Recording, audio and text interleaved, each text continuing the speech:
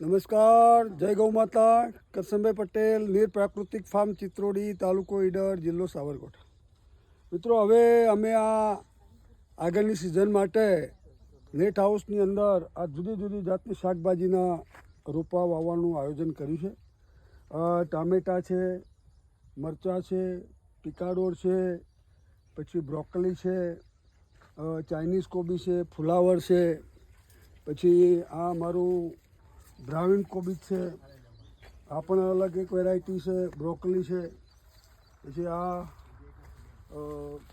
અમારી ઓબ્જેક્ટિવ જે શાકભાજી છે એના છોડ છે, પછી આ અલગ પ્રકારના પિકાડોર મરચાં છે, લાલ અને પીળા રંગના.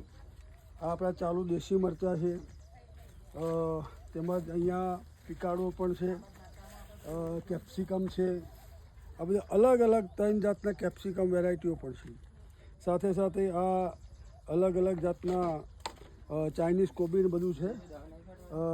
અમારા પેસ્ટ કંટ્રોલ માટે થઈને ગલગોટા પણ લાવ્યા છીએ કે જે અમુક અંતરે અમે ગલગોટાનું વાવેતર કરીશું.